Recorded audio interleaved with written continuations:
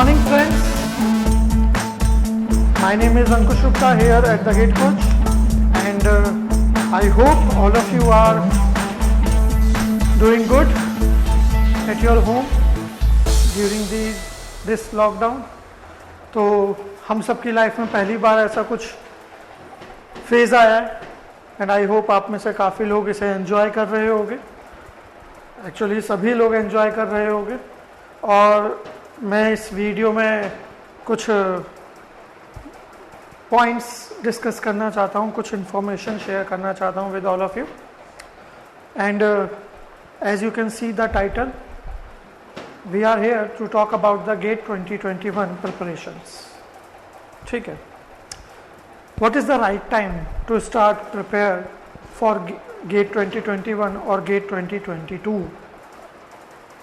एक स्टूडेंट है आदित्य, अभी कुछ दिन पहले उसका मैसेज आया था कि सर मैं उस टेस्ट सीरीज़ अभी से स्टार्ट करना ठीक रहेगा क्या, because as most of you know we have started our online test series for GATE 2021 preparations from 5 June, जिसमें हमारे ऑलरेडी 3 टेस्ट अभी तक हो चुके हैं आज जिस दिन मैं ये वीडियो रिकॉर्ड कर रहा हूँ, और काफ़ी अच्छा रिस्पॉन्स आ रहा है.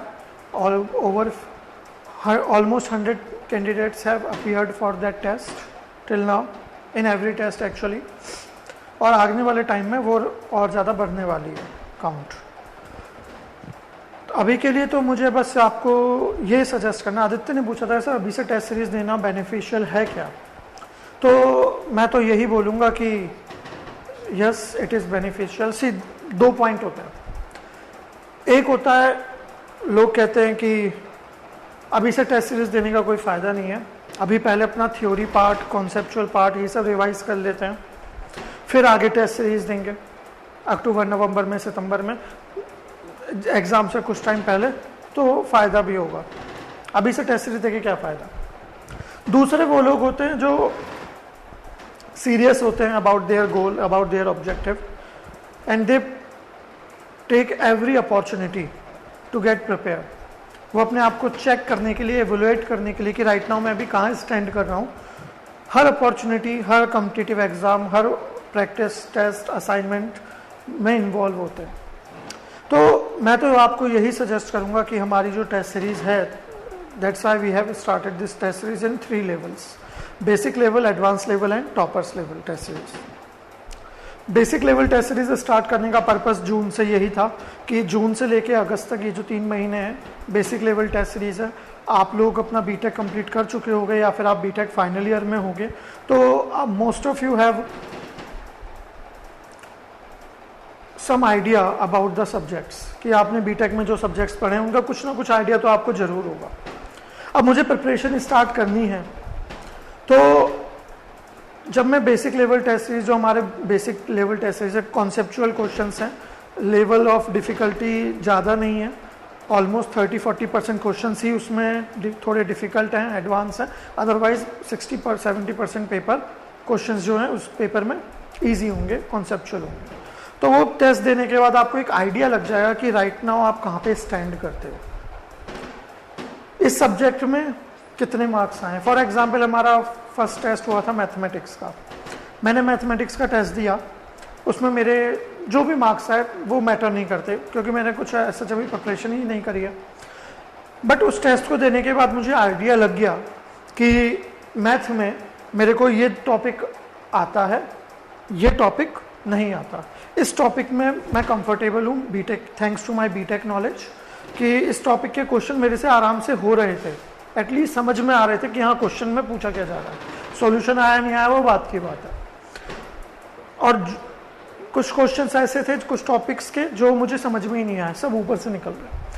तो अब मुझे पता है कि मुझे कौन सा टॉपिक, जब मैं मैथ की प्रिपरेशन स्टार्ट करूँगा, प्रैक्टिस स्टार्ट करूँगा, तो अब मुझे पता है कि मुझे इस टॉपिक के ऊपर ज़्यादा फोकस करना है जो मुझे बिल्कुल नहीं आता, और इस टॉपिक पे इतना फोकस करने की नीड नहीं है कि क्योंकि मुझे आता है, I am comfortable with this topic, so it's okay, मैं आराम से इसमें ज़्यादा मुझे टाइम नहीं देना.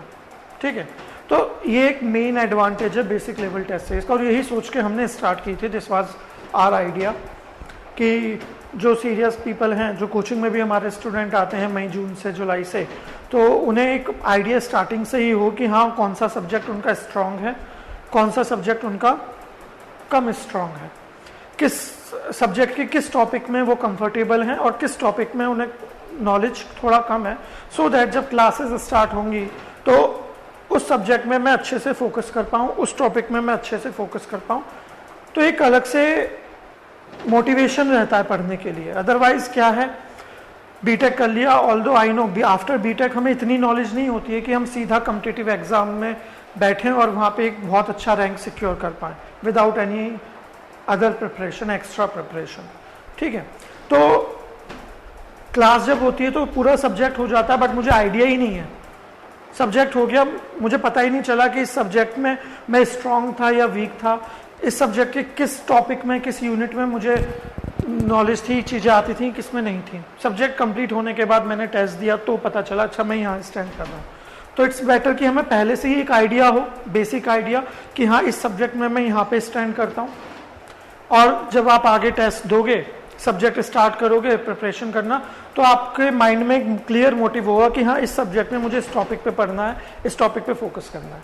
That was the main motto to start the basic level test series. ठीक है, एंड आई होप जैसे ऑलमोस्ट 100+ कैंडिडेट्स अपना बेनिफिट ले रहे हैं, आप लोग भी लोगे।